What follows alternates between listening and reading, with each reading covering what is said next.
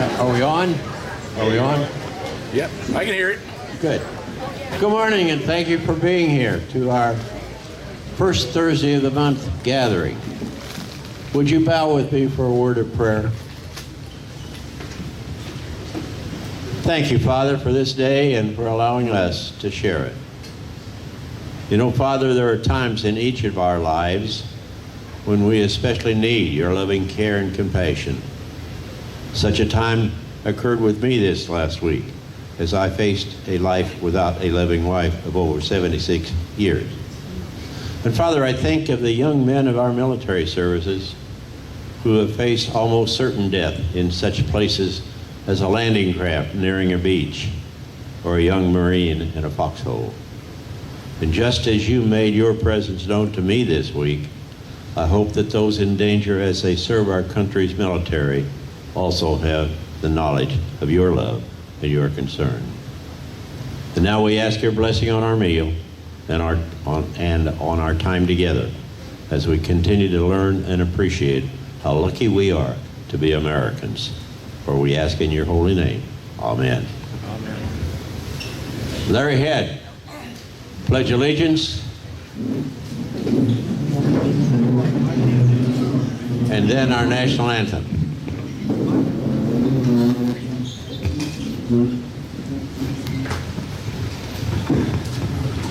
Please join me. I pledge allegiance to the flag of the United States of America and to the republic for which it stands, one nation, under God, indivisible, with liberty and justice for all.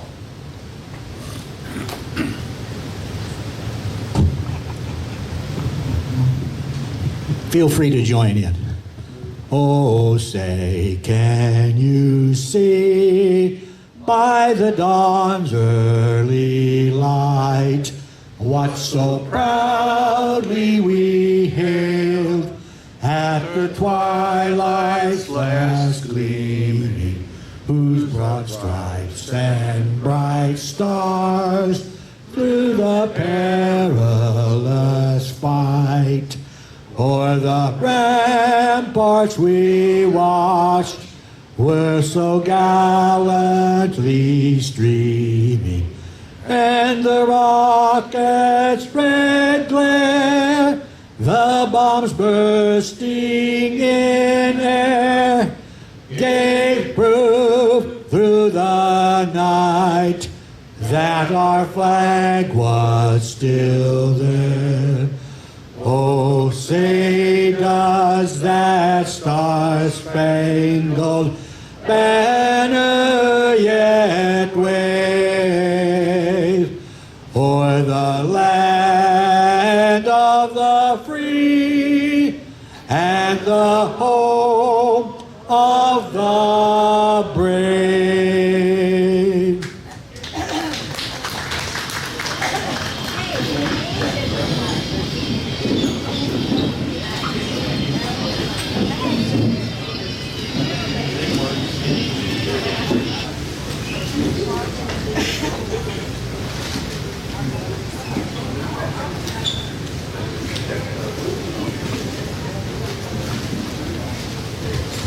Testing 1, 2, 3.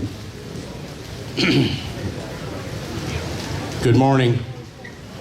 Thank you for all coming. Thank you for all being here again. As usual, you really help out the Evansville Wartime Museum by being here. I've got several announcements before I introduce our main speaker here today, which I'm very proud of. Number one, 2 weeks from today, we will have a speaker that talks about the Antarctica. And he's given some of those insights to me before. Frank Morgan's his name. He was stationed there for 2 years, and he learned a lot about it.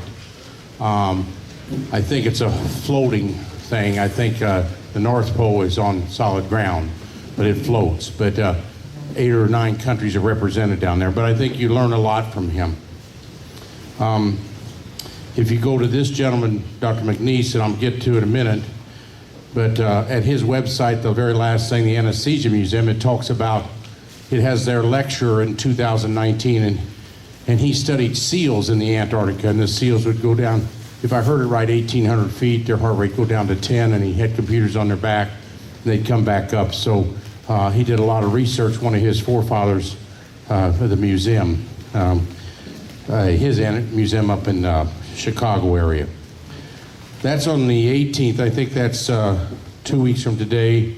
Let's see, 14 and 5. That's the 19th then, the 19th, sorry.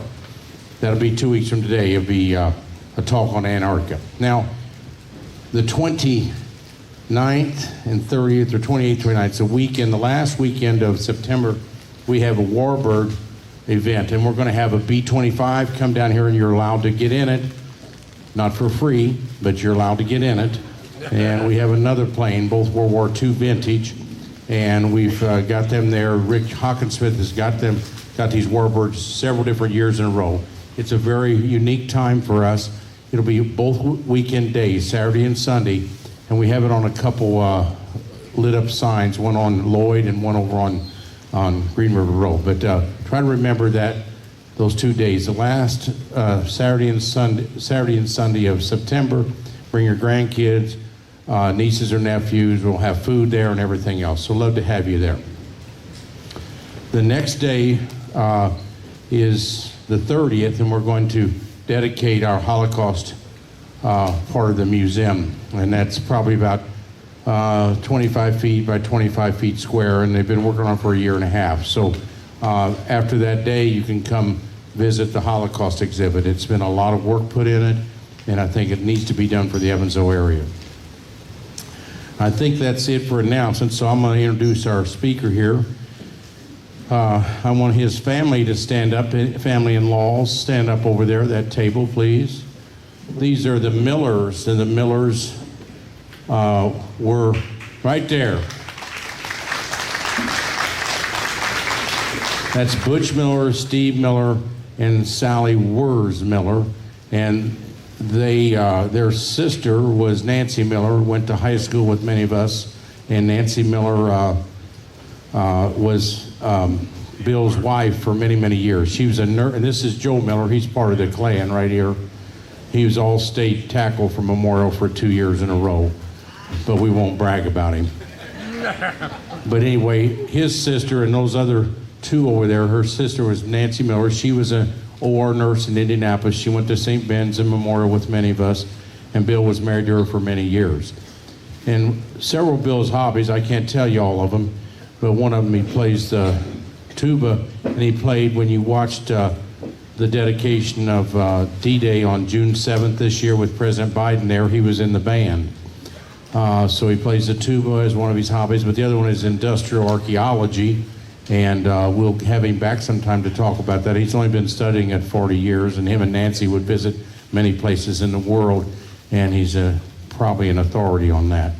But today he's a president of the Anesthesia Museum. I visited that. It's in Schaumburg, Illinois. It's about 30 miles west of Chicago, and it's a suburb museum. It was built in this new building about 10 years ago, and they show the artifacts of anesthesia over time, and they give the evolution of anesthesia. And everybody in the room's probably had surgery, and it was made more comfortable because of people like Bill that made you more comfortable. If you didn't have his services, or a person like his services, you would probably not have been a happy camper. So he's going to talk about the history of anesthesia in war, and it interrelates if you think of the Civil War and when we invented a lot of things. So he'll go over things in detail. So I couldn't be more proud to introduce Bill McNiece.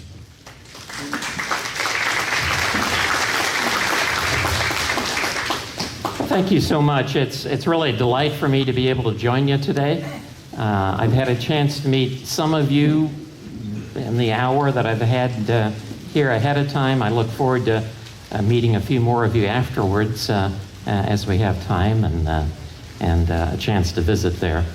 I will kind of preface this by saying that my initial effort along these lines was really prompted by some military anesthesiologists. So as you see here, president of the Wood Library Museum of Anesthesiology. A couple years ago, I had a military anesthesiologist come up to me and say, we'd like to know something about the history of the military part of anesthesia. So that kind of prompted this. I've revised it some, but that was kind of the initial impetus for me putting this together. You'll note up here it says that I'm Associate Professor of Anesthesia at Indiana University. If I talk too much, just let me know and I'll slow down then, or quit or something. I will note that I'm a pediatric anesthesiologist, not an adult person. Don't ask me questions about adult stuff. A few disclosures. I'm not a military anesthesiologist. I'm not a military veteran, so I've not served or provided anesthesia in that setting. 50-odd years ago, I had 4 months at the VA in Indianapolis, and some of you may have visited somewhere along the line there. But what I really do have is the advantage of the research support of the Wood Library Museum of Anesthesiology. It's in Schaumburg, Illinois, west a little bit north of O'Hare. Delighted to have you visit there if you're inclined to do so. The topics that I've picked to present today, and this will run about 45 minutes or so. First off, I'm really guided by U.S. military anesthesia. So I'm not going to be talking much at all about any other countries and their military work. I'm really going to be guided in what I present to you by what aspects of military anesthesia moved on to become important to our civilian care, how things evolved over a period of time, and what has led to advances in civilian care here. And then I'm also guided somewhat by the artifacts from the collections of the Wood Library Museum of Anesthesiology. So with that, let's start really though with some civilian anesthesia. The question of who was first to deliver anesthesia really creates some controversy if you're talking to anesthesiology history people, because there's some controversy. But what is clear is that the first publication, this is an image of this one from November the 18th, 1846. It's from the Boston Medical Surgical Journal that becomes eventually the New England Journal of Medicine, which is still a published, highly regarded medical journal today. And if we look at you see it up there in yellow, insensibility during surgical operations produced by inhalation. Lead article in this journal talking about anesthesia. The article describes the use, let's see here. Let me just show you this one so you can see where I've highlighted. You don't need to read the whole thing. But what it talks about is the use of a preparation. It was initially called Lithion, but later identified as diethyl ether, and usually referred to just as ether, that produced insensibility during a surgical procedure. So, published here November the 18th of 1846, describing a delivery of an anesthetic that worked, October the 16th of 1846. Now, here we are, published November of 1846. We didn't have the zippiest of communications. The internet was not invented then, despite what some of your younger folk may want you to believe. So 1846, even though this was published in November, by the end of that year, anesthesia had been used in Scotland, England, and France.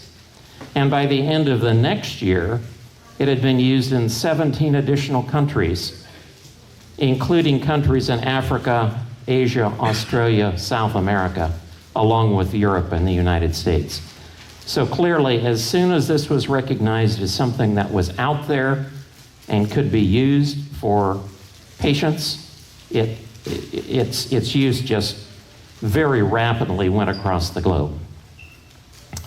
Now, let's look at a slide here, and I'll try and get my pointer out here. So what this looks at is times from 1840, remember we talk about ether in 1846, up to 2000. And what this talks about in this is the number of different inhaled anesthetics over a period of time. So we're going up to about 17 or 18 here, over the period of time from 1840 to 2000. Now, it's 2024. This slide would not have changed. So this drug up here, sevoflurane, one that I use very regularly on a daily basis in my anesthesia practice, it's still the newest of the inhaled anesthetics. And so you can see here nitrous oxide, that's the N2O, ether and chloroform in 1846 and 7. And then there's some space here before we start to see drugs that are still used today. And if we're looking at those today, sevoflurane, a little bit of desflurane, some isoflurane would be the drugs that we might still see in clinical use today. Now let me show you a slide here that is busy. I don't expect you to read everything on this slide, but let me talk to you about what it shows. So here in the bottom, you've got these yellows and blues and reds and greens. What this is from 1789 up to 2017. These are the various administrations of the different presidents over time. You can see Franklin Roosevelt gets the longest one in here. And it goes here from George Washington all the way up to Barack Obama. And what you have up with these purples, these are periods of time when the United States was in some sort of a military conflict. And you can see that there are periods of time where there was no ongoing conflict, but there was a whole lot of military conflict throughout the period of time that the United States has been a country. We'll look to the next slide here, and I've added an arrow up here. And so this arrow, if you could run it all the way down, lines up with 1846. And so all these conflicts up here were conflicts where injuries occurred, but there was no anesthesia that was available for patients. 1846 is the first public demonstration of anesthesia, and then after this period of time, all this period of time, there has been anesthesia available and utilized, and we will talk more about that. So if you line this up and run this down, the Mexican-American War was underway here in 1846, 1847. Navajo Wars here, but we're going to talk a little bit here about the Mexican-American War. This is from the July 7th, 1847 issue, again of the Boston Medical and Surgical Journal, and it includes this short entry about the use of lithium, which was the name used for what eventually becomes known as ether. And so it talks about in this case, a German teamster, both of his legs horribly shattered, had to amputate his legs. And I'm going to talk about some medical stuff here. If this makes you uneasy, just cover your ears or something for a minute, but I'll talk some about this. So this talks about amputation. The first of these occurred, but then over the next day or two, Dr. Barton arrives, physician and surgeon of great reputation, brings the new and wonderful discovery in medicine called the lithium, diethyl ether or ether. Talks about being used for this gentleman, this teamster, for the amputation of the other leg. Unfortunate man was soon rendered completely insensible to all pain, indeed to everything else, and the limb was removed without the quiver of a muscle. So successful administration for this individual. The person that is described here, Dr. Barton, is this person, Dr. Edward Hall Barton. He's really actually known more for public health, but in this case, his specific discussion here was in this setting, bringing lithium ether with him and introducing it in this military setting. Here's another article here. Now this talks about, this comes from a publication called The Surgical Notes of Campaigns in the War with Mexico. So this talks about the Mexican War and things that went on there. And if we kind of focus in on part of this, so this talks about, even though it's published in 1852, it really talks about an administration of ether in September of 47. Again, an amputation for a wound sustained by a soldier. It's described by John Porter, and he mentions that there have been several uses of ether before this. And it's good, but in fact, this was not exactly an ideal outcome, because he talks here on making the incisions, permitting the blood flow from the main arteries and tying them, resembled venous much more than arterial blood. So that points out with the management in anesthesia, it's really important to keep a good airway so that the good air goes in, the bad air goes out along with the ether. And this would suggest that because the blood from the red side, which was actually pretty blue, wasn't exactly what you would want to have happen there. And indeed, if you proceed on to talk about this individual, and this is an image of Porter. He writes this up, and he really continues to oppose the use of anesthesia. So he retires from the Army in 1862, and really over this period of time from the 1840s to the 1860s, he continues to oppose the use of anesthesia. But his view did not prevail. So, and by 1849, the standard supply table called for 2 pounds of ether as part of the medical supplies for supplying a group of 100 men. Also supplied chloroform. And by 1852, it was really common for medical officers to administer anesthetics during operations. So we're all grateful for that one. Now, let's talk a little bit about the U.S. Civil War, and depending on where you're from, that might be called the War of the Rebellion or the war between the states. So it begins about 17 years after that first public demonstration of ether.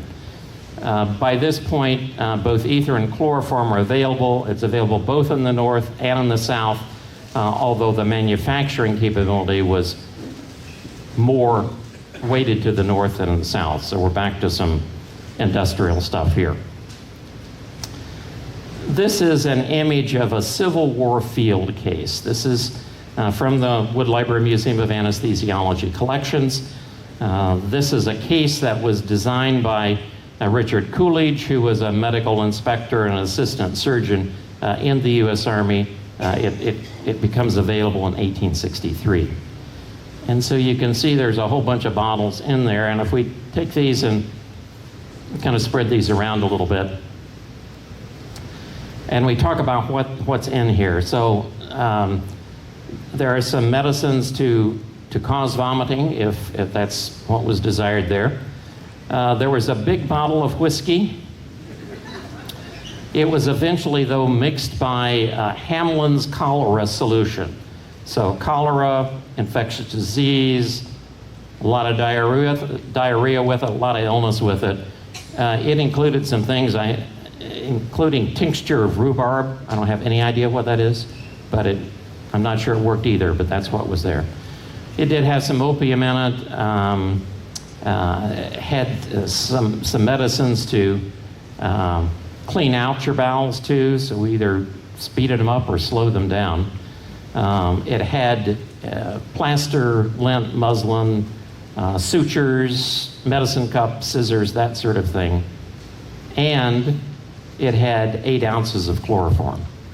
So that medication was a part of this standard surgeon's pack that he could travel around with.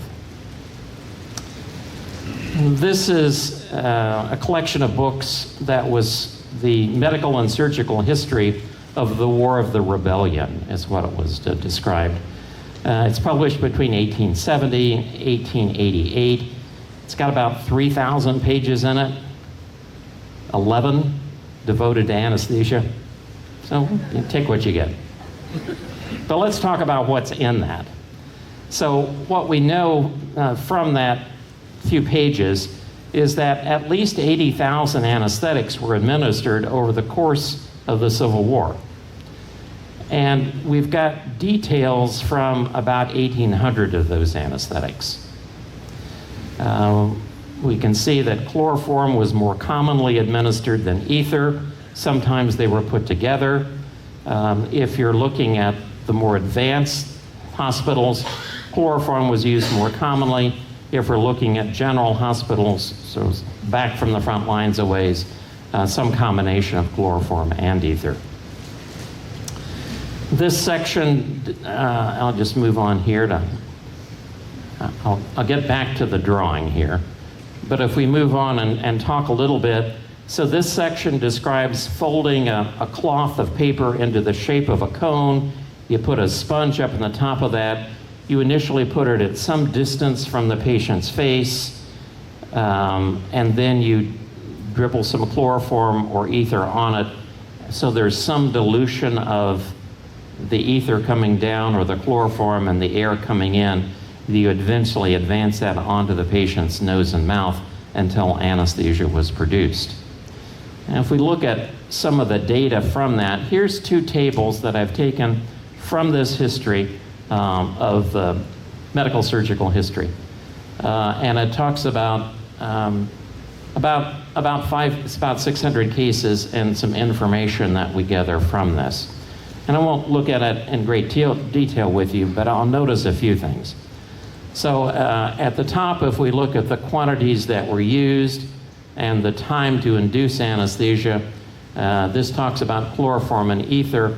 And what we can learn from this is that it took about 2.5 to 5 times the volume of ether as compared to chloroform to produce the anesthetics. Generally, inductions with chloroform took about half the time that it took with ether. So there's a couple of reasons that might help explain why, I don't think that's me, no, why ether might have had greater use in the nearer the line setting than back further away from it. The lower part talks about the incidence of vomiting, among other things here. Chloroform resulted in vomiting about 13% of the time as compared to about 25% of the time. Copious vomiting was about 2% for chloroform and about 4.5% for ether. Now, for a non-scientific survey here, some of us have a few years on us here in this room today. How many of us can remember having ether as a patient somewhere along the line? And if you just glance around, there's a bunch of arms that are up, and that's kind of typically the experience, thank you, kind of typically the experience with ether. If you had it somewhere along the line, even if you were 8 years old at the time, you remember that experience. So ether is not something that we use anymore, but it really had an extended use. I was a medical student in January of 1977 and can remember ether being used at a hospital in Indianapolis, but that was the very tail end of the use of ether. Well, let me back up for a minute.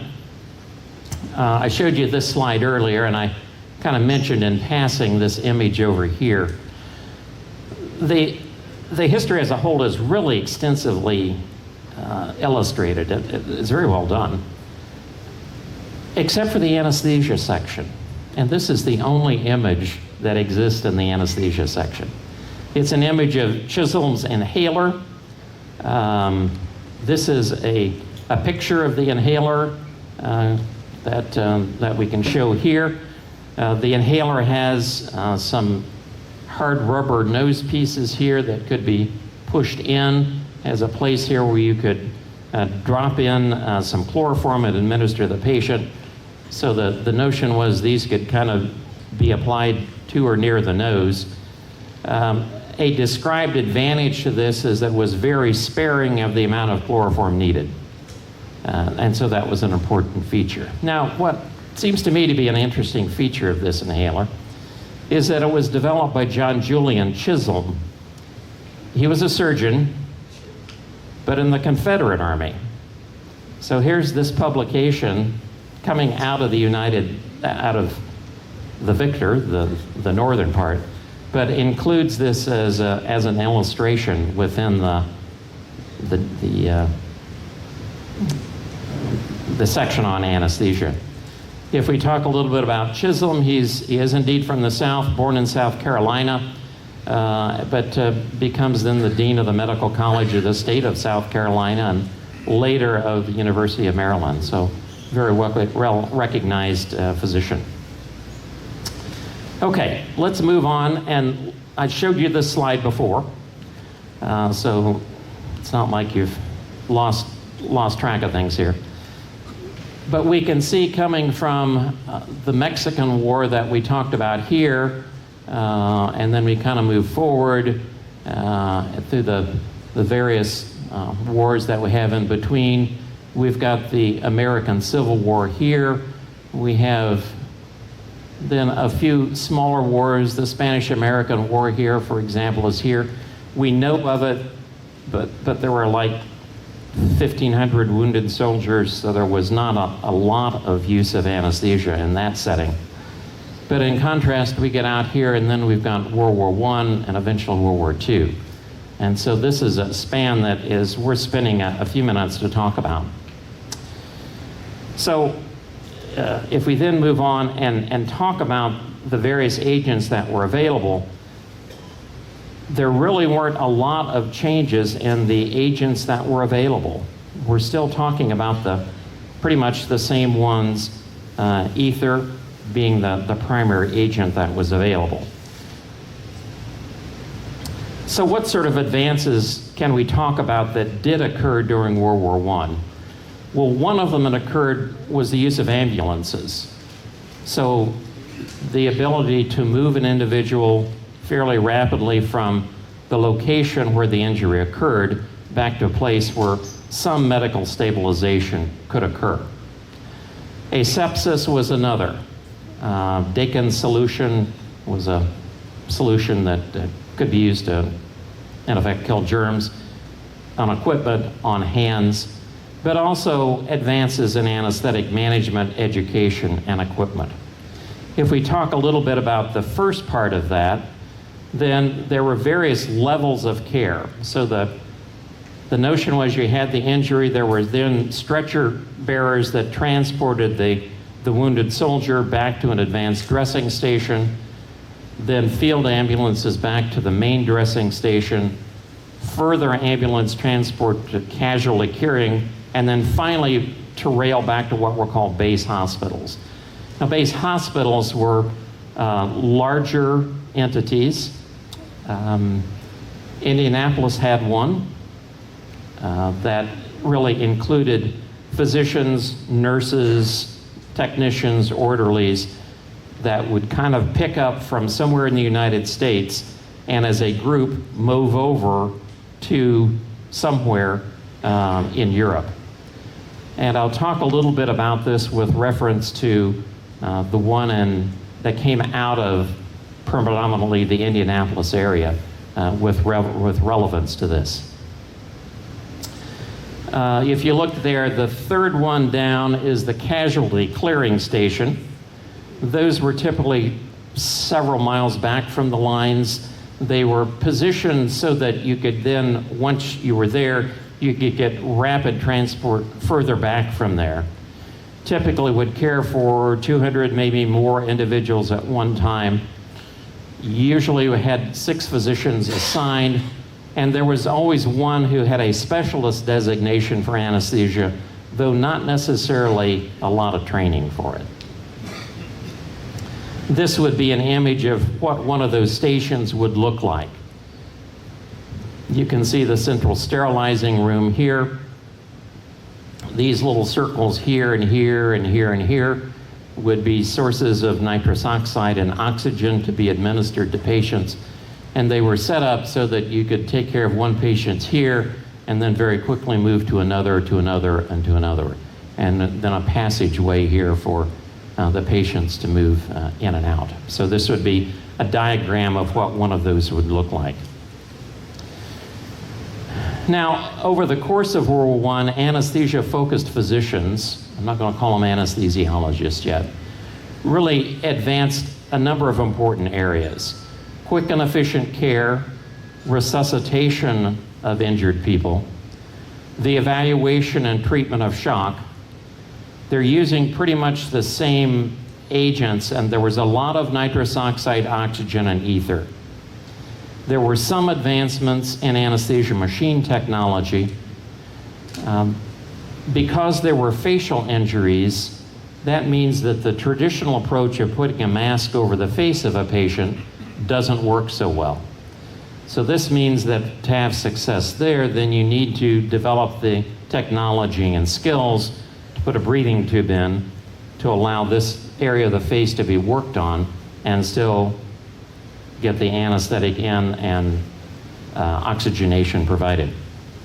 And there were also advances in anesthesia understanding and training and education. It's an image of Arthur Goodell. He's from Indiana, kind of goes from northeastern Indiana, ends up in Indianapolis as a young teenager, and very quickly his practice focuses on anesthesia in the Indianapolis area. He joins the U.S. Army in 1917, administered anesthesia as part of that role, and writes that he realized after a 72-hour stint of delivering anesthesia that they really needed more people to deliver safe anesthesia. It's got a point. And so what Goodell then worked on was to develop an anesthesia teaching program for physicians and nurses and orderlies, very much focused on ether anesthesia. You can remember from an earlier slide, ether anesthesia was still there. There weren't a lot of advances from that point. And he developed a chart for the learner to help assess the depth of anesthesia. Every now and then, people ask me what I do for a living, and I tell them, and they say, oh yeah, you're the person that puts people to sleep. And I say, yeah, I'm really the person that wakes them up afterwards. That's the important part. In addition to being comfortable during the procedure, you gotta wake up at the end. And that counts. And so this chart that he put together was to help teach assessing the depth of anesthesia so that a safe anesthetic could be administered. This is published later. It's published in 1920. It's an article by Goodell, living in Indianapolis at the time. And what he talks about was taking this information that he had. I think I know whose phone that is.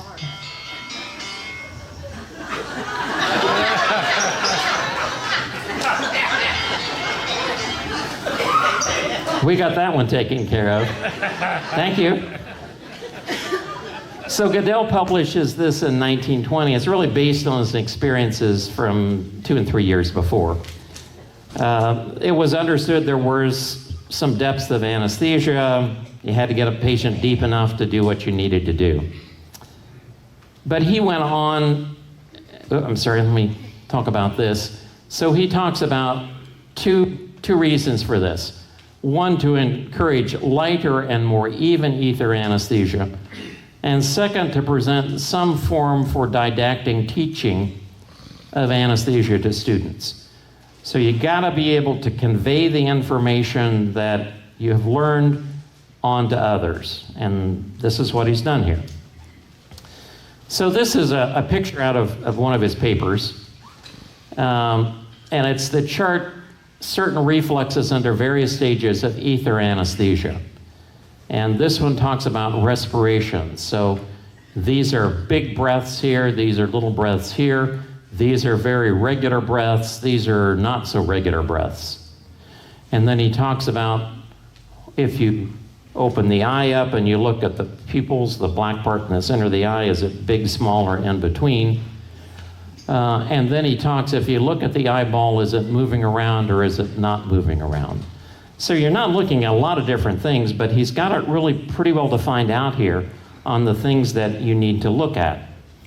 Really, the problem was, we know any of these stages here, it's okay for surgical anesthesia.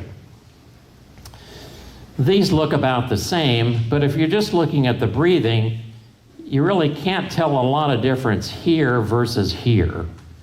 And that's the problem. You got a patient whose breathing is getting erratic. Does that mean they're too awake or that they're too deep?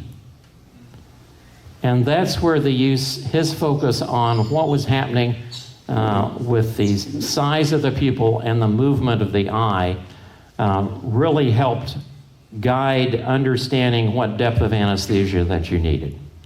And so then he took this and used this to help teach others to administer anesthetics, to administer ether anesthesia. He goes on to comment on nitrous oxide, which is to say that, you can't get to where you need to with nitrous oxide alone. You need something else with it. And under most circumstances, that's correct. His conclusions, well, this is a plea for lighter and better anesthesia. Try to get things, advance them. It's a plea for better teaching of anesthesia in our medical schools and hospitals. And you'll hear about this later on too. And then he talks about what you're looking at in terms of the eye sign, and then saying, as long as they're somewhere in that third stage, you don't need them terribly deep. You need them adequately anesthetized. And we still need that today. Let's move on and look a little bit. Here's an article, 1920, Anesthesia and War Surgery. What this is an image of some nitrous oxide generators. That was kind of one of the problems with nitrous oxide. You needed a lot of support in heavy tanks if you're going to be able to use it. These are some images from the Wood Library Museum of Anesthesiology. These are machines that were used in World War I. Those of you that have had some experience in operating rooms are probably used to seeing green tanks and blue tanks, green for oxygen, blue for nitrous oxide, at least here in the United States. But this is World War I. Red or orange is oxygen and black is nitrous oxide. And then this is kind of a blow-up version of this. So what we have here is an ether vaporizer. So we could put ether in here, and this is a control mechanism that gave you some control over, are we talking a little ether or more ether? So that's an Ohio machine. This is a machine by Carl Cannell. It was an improvement over earlier models because it gave you better control over flows, better portability, more rugged construction. And give you a sense of these, this had instructions written in both English and French. So his machine had a broader use. I had mentioned Goodell earlier. He returns to Indiana after World War I. He eventually moves to California, and this is where he writes this article. And he describes this as an airway made out of rubber with metal inserts here. The notion is that would kind of be inserted into the mouth of the anesthetized patient, kind of holds the tongue forward, keeps an airway. You'll notice some similarity between here and here. This image was taken about 2 years ago, so we're still using, in the case of an airway, something very similar to what Goodell put together. Well, with that, let's move on a little bit. What happened here between the Civil War and World War I, and between World War I and World War II? Well, at least in terms of the anesthetic pharmacopoeia, we start here in 1846-7. Ethylene is explosive. It comes in tanks. Divinyl ether isn't. It's a little better. Cyclopropane is also in tanks. So we're up here into the 1940s, and we're still really depending a lot on ether and some nitrous oxide, because all of these agents then that become available really in the 1940s, but really it's in the 1950s to the 1980s that we're really seeing the introduction of a lot of new agents. We do see advancements in anesthesia technology. We're seeing some anesthesiology residencies here as we're getting into World War II. We're seeing some advances in knowledge. We're seeing more involvement of trained anesthesiologists, or at least anesthesia specializing physicians working with surgeons. And overall advancements, we really need more physician involvement here. So this is a World War II machine. You'll see the changes in colors. So we've got oxygen here in the green, we've got nitrous oxide in the blue. We've got better flow meters here, so we've got much better control of the gases we're delivering to the patient. We've got a series of tubings here that are connected to an apparatus here that lets us administer still ether.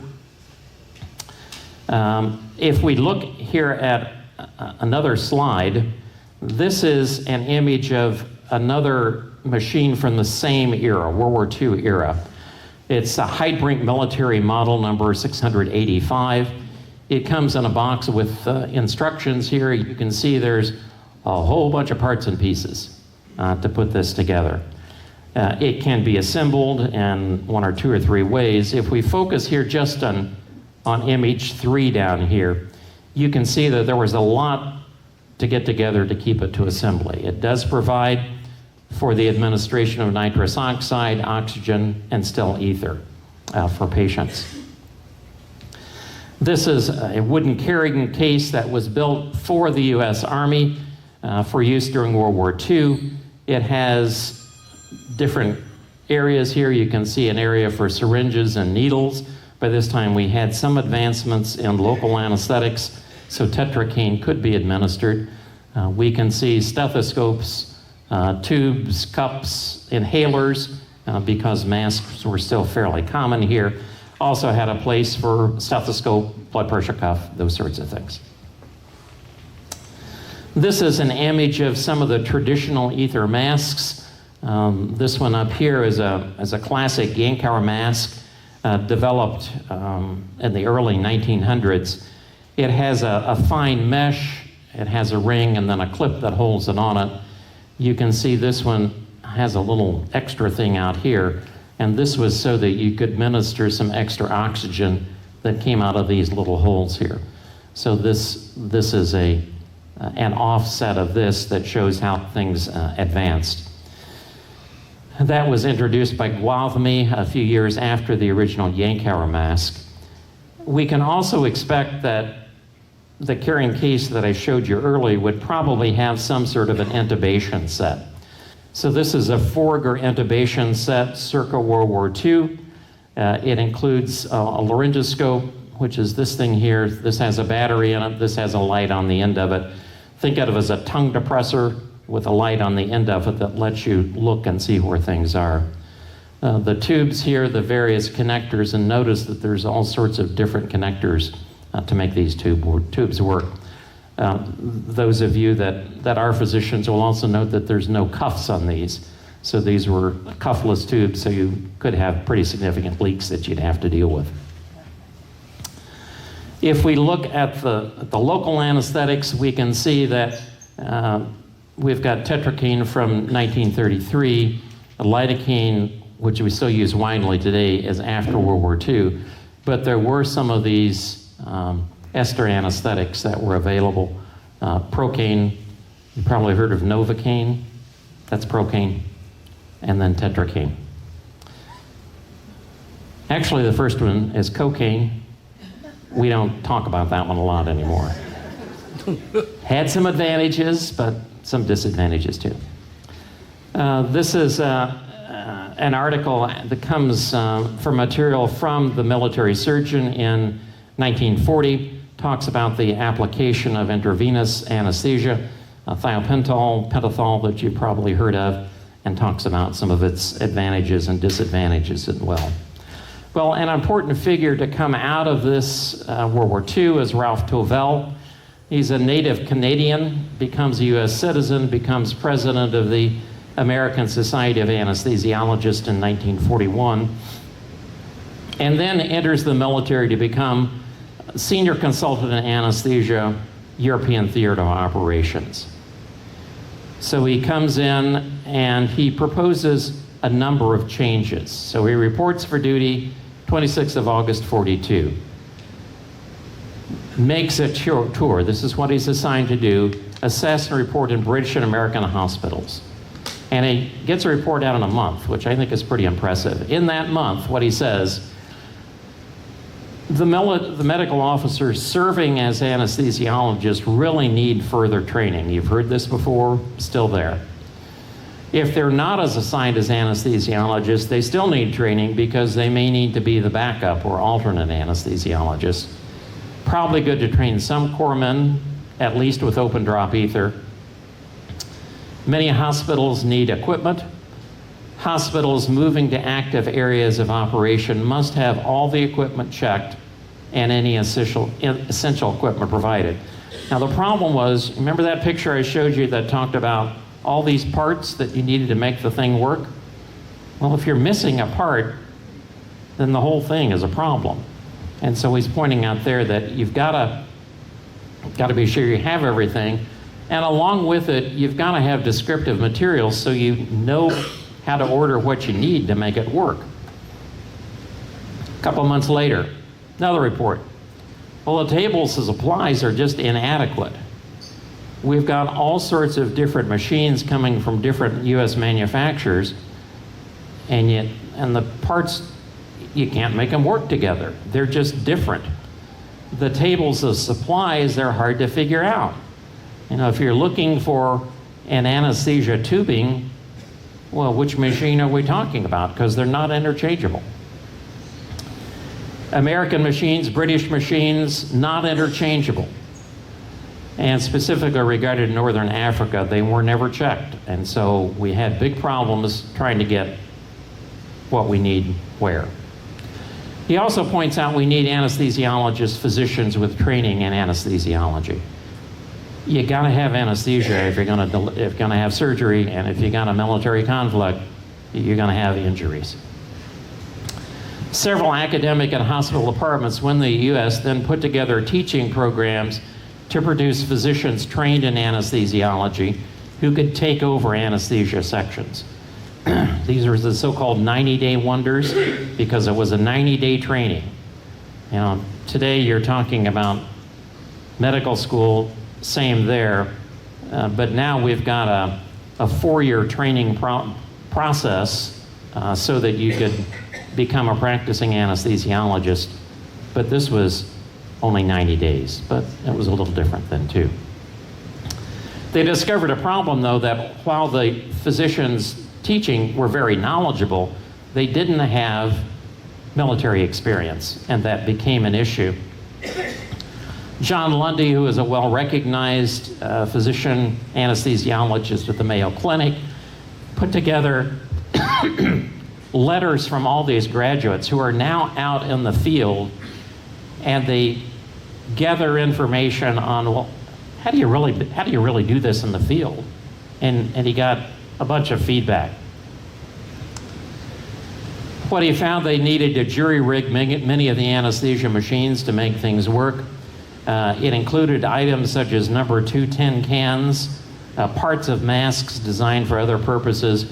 I've always been intrigued by this one. Someone used the insides of a football, I presume, to make the breathing bag for an anesthesia machine, so they made it work. The importance of regional anesthesia, importance of positive pressure ventilation for thoracic injuries, mixing of pentothal.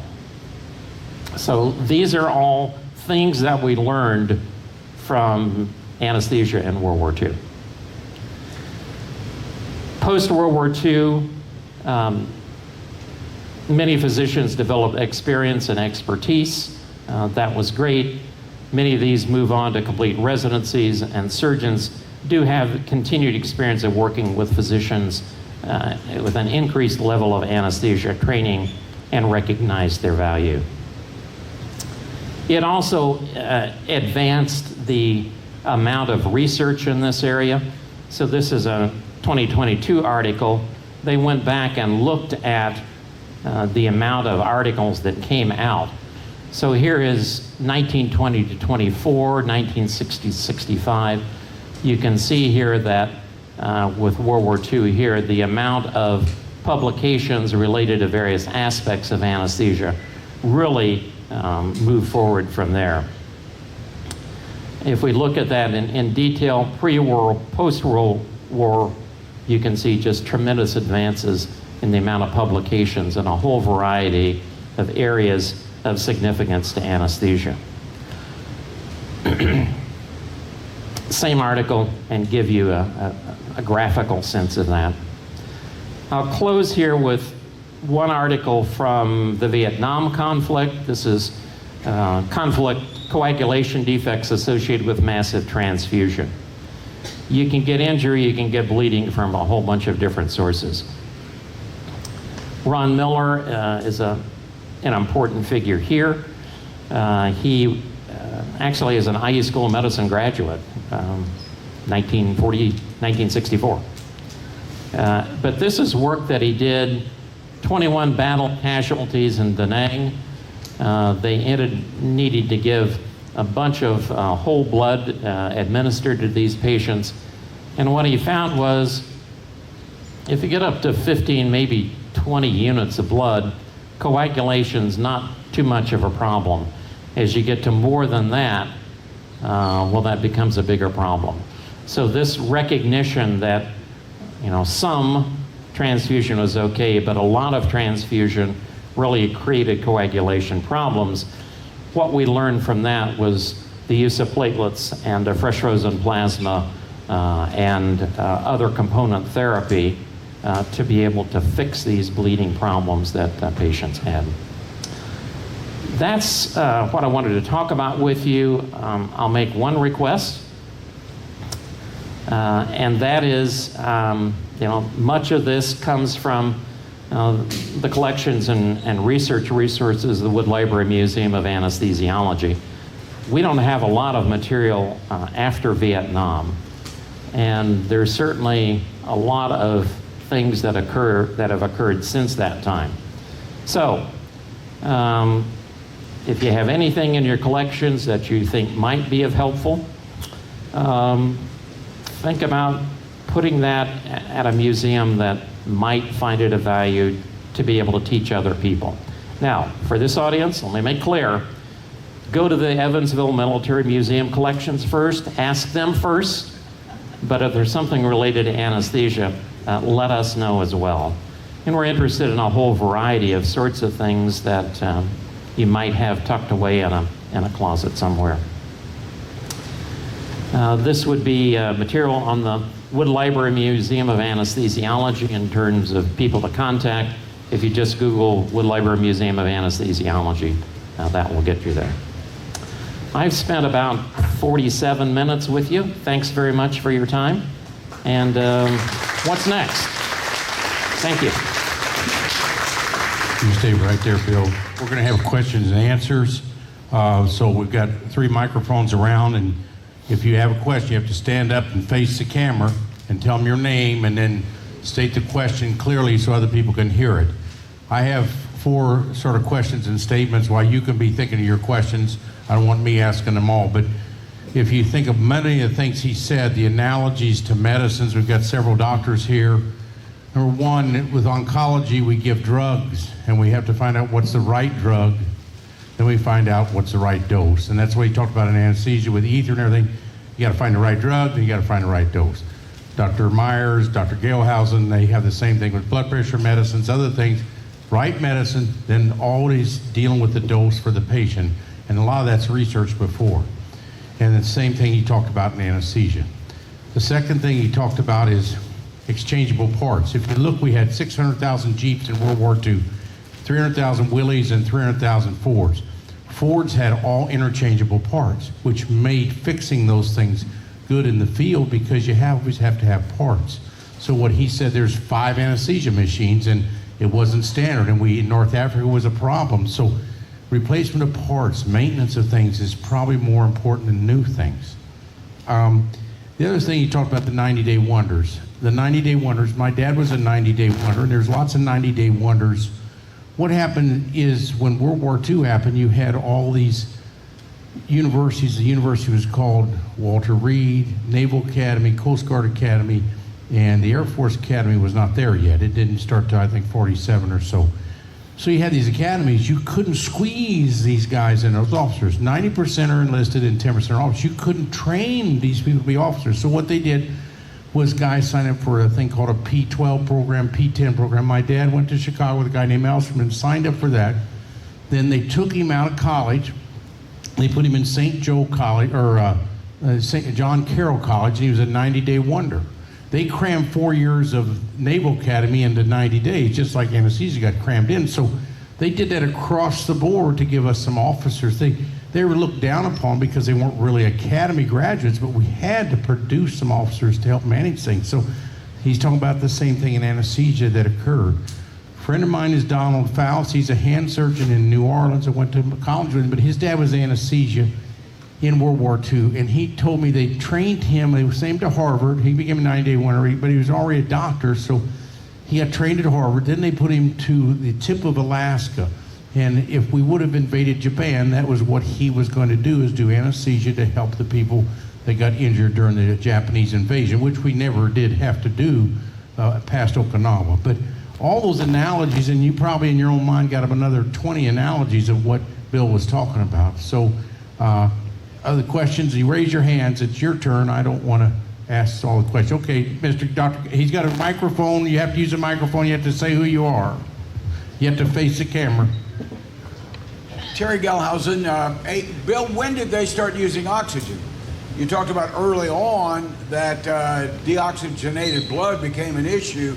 When did they start using oxygen? So you get a tank oxygen that becomes available in the 1870-ish sorts of range.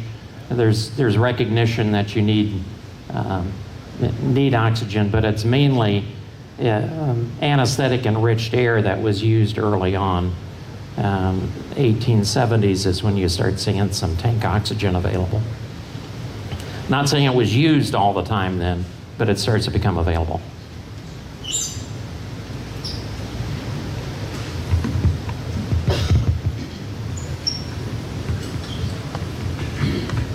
Why does the VA Jim Head, and when I go to the VA, I had the eye surgery.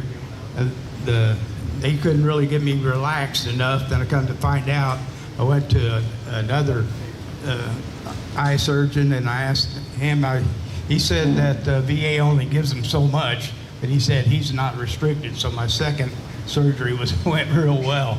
So I don't understand why they're restricted on how much they can give you. Well, let me remind you my first slide that says I'm a pediatric anesthesiologist. I know when I was at the VA as a resident, they did have the equipment, the drugs that we needed. So I wish I could give you a solid answer to your question, but I can't. I'm Jack. This thing on? Yeah. Yeah. I'm Jack Buttram. Question, Civil War. You mentioned that there was progress in anesthesia before the war, but in all of the movies and all of the records and all of the things that you see all of the amputations that were done without anything. Why? What really was the story of the Civil War? Well, that's what you see in the movies. I agree with you. If you look at the data that comes out afterwards from the published records, there were a lot of anesthetics that were administered. So I'm not exactly sure how much of that is liberties taken in with the movies, but clearly anesthetics, both chloroform and ether, were available and were part of the kits that physicians and surgeons had available to take care of soldiers. Super, thank you.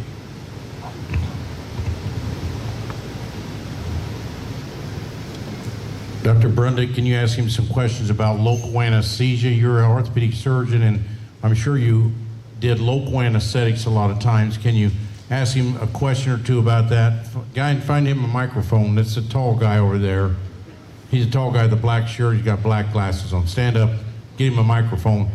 Ask him something about, because you were a surgeon for probably a couple years. The microphone's coming to you. Here he's coming around the corner. Around the corner he comes. Around the corner he comes. You got to run over there, get it.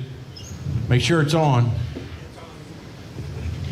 You may have pointed, my question that I really wanted to have answers was what Jack asked, and that is that there were hundreds of thousands of amputations in the Civil War, and I was wondering if you have an estimation on what Hey, percentage. Ed, you got to put that microphone like this. What Yeah. percentage of what percentage got an anesthetic? My impression was that like 80% did not get an anesthetic, but I don't know that that's factual. Yeah, and I don't have a number that I can quote you on that one. I know that medications were available. It's clear that anesthetics were administered.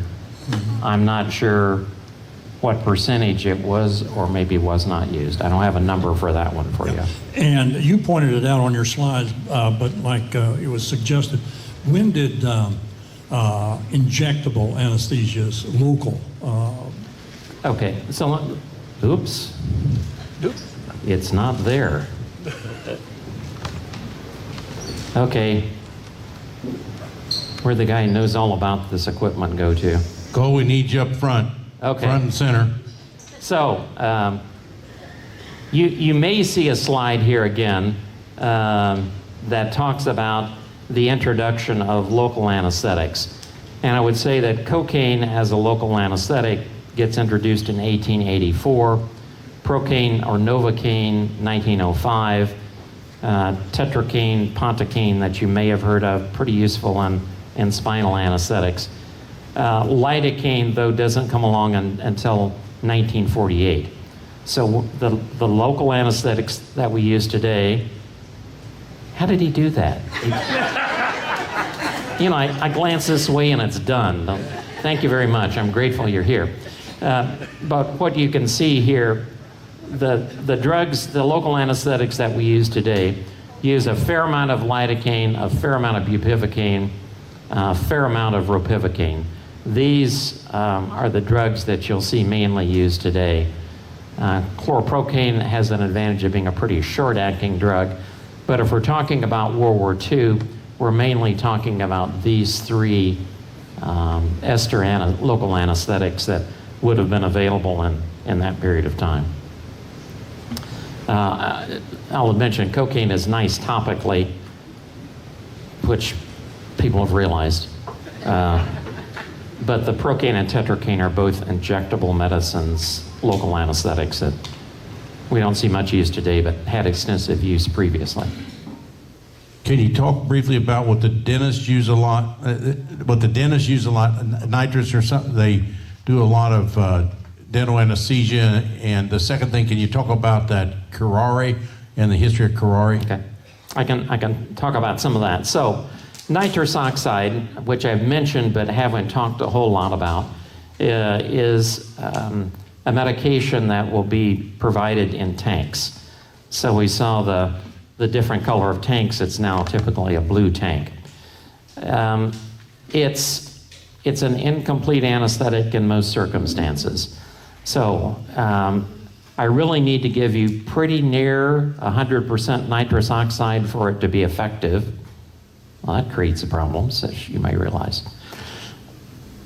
What it can do is it can provide some analgesia, so some pain relief. And that's where it has some value in dental work.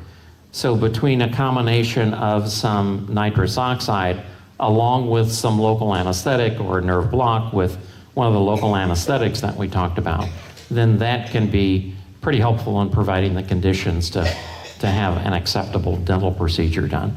So both of those continue to be used. I use a little bit of nitrous oxide mainly for getting a youngster to sleep.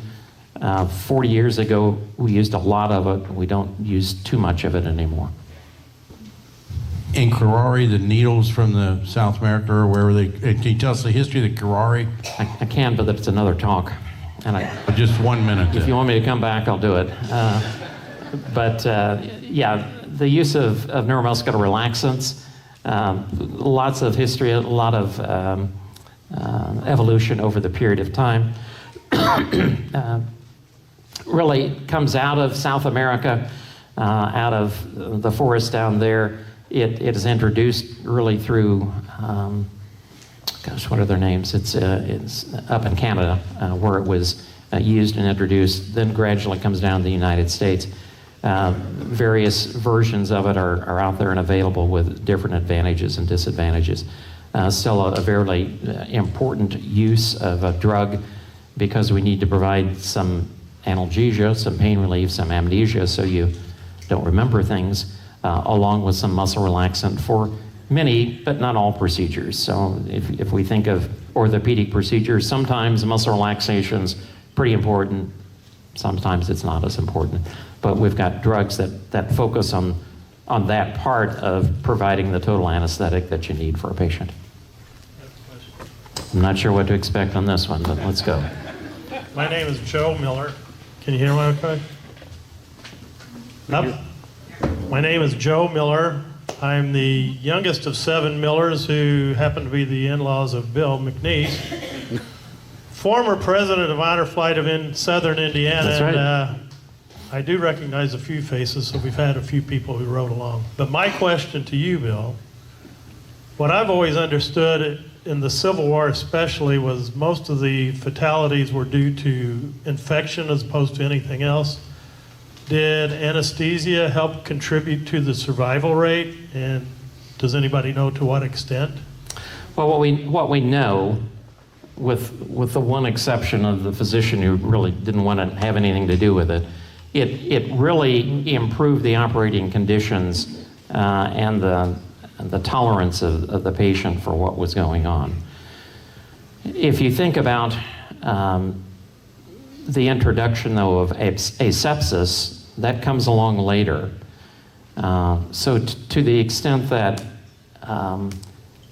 you do facilitate surgery, yeah, I suppose you could make the argument that it also increased the potential for transmission of infection because things weren't as clean as you would like them to be. On the other hand, it would have probably happened anyway, so I'm not sure I can say that it would have increased it. It really was something that came along later.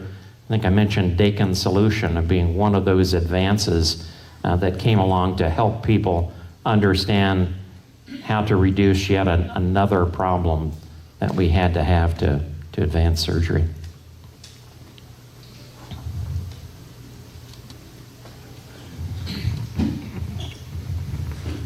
Thanks. Great conversation.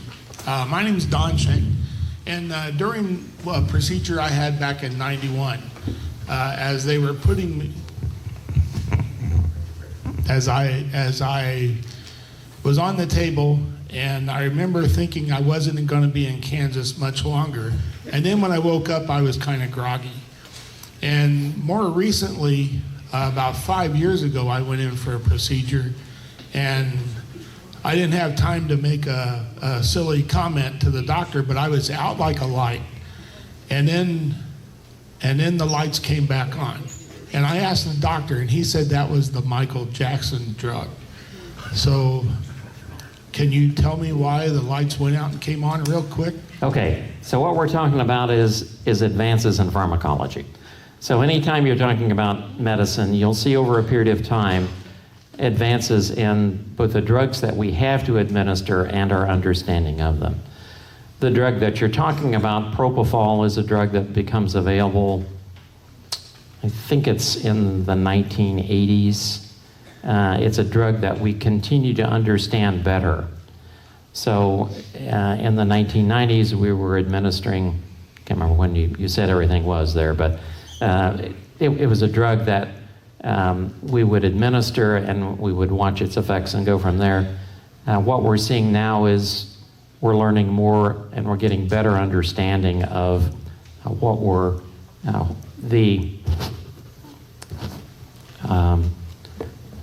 to think of how to explain this better. So we're moving to a stage now where we're using some EEG processing to help understand better and to help us look more at the depth of anesthesia.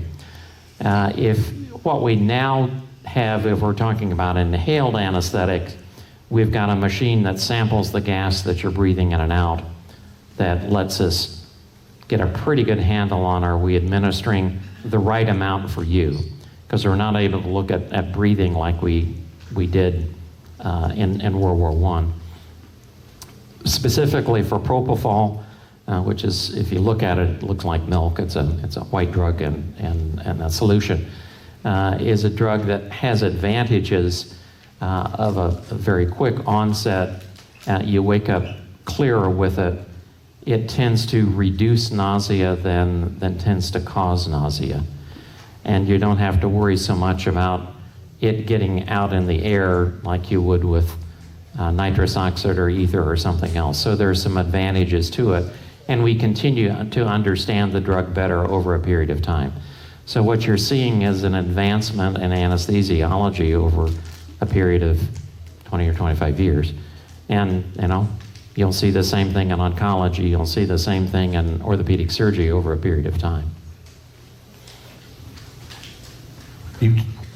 We talked about deep anesthesia and other things. I have sleep apnea, so I don't sleep very well unless I got a sleep machine. But can you tell us what the equivalence of when all these people go to sleep, of how they feel compared to when you get them anesthetic? Because if you're doing EEGs, you can read their beta waves or alpha waves. Can you tell me the difference of a deep sleep that they normally go through versus anesthesia sleep? Or is there any difference? So, you know, different entities that we're dealing with here. Different topics, not even close. Okay, all right, that's fine. We talk about going to sleep and waking up, and that's true, but, you know, in my patient population, I talk about a special sleep. I don't talk about putting you to sleep because that talks about your dog, and that's, I don't do that. You got to learn the right language for your audiences. So. When I go to sleep, sometimes I have dreams. Do your patients dream a lot from your special sleep? Not much. Or at least my 3-year-olds don't know. I can't tell what's real and what's not real with them sometimes. This is Dr. Bazal, so he is an ENT surgeon, so he would know a lot about that type of surgery, but He's got a question for you. I'm John Bazal. Not on. But, Not on. Get on. John Bazal. A lot of the inventions in the military came from military to private practice, but also quite a few from private practice went to the military. Evansville was a leader in outpatient surgery, not only in the state, but in the country. And we have had several well-known anesthesiologists, Dale Drake from the Korean area, Larry Wilhite, James Hobgood, all really worked on the technique of going to sleep quickly, waking up quickly, walking out the door 2 hours later, not throwing up 3 days later. Yeah. And Evansville was noteworthy. We were the first freestanding outpatient surgical unit in Indiana. We were one of the top 5 in the country. And those techniques, not only in advance in pharmacology, but also in the technology of giving it, really help the speed of an operation. I can remember the breathing down technique. You'd wait 45 minutes for the patient to go to sleep. Now, as 2 minutes after they're in the operating room, they're asleep. 2 minutes after the case is done, they're waking up. Let me try and, I'm afraid to touch this thing again.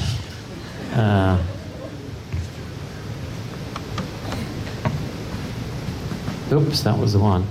So if we look at this one, and we talked about ether down here, and it was a pretty safe drug. Patients breathed well with it, but it did take a long time to go to sleep.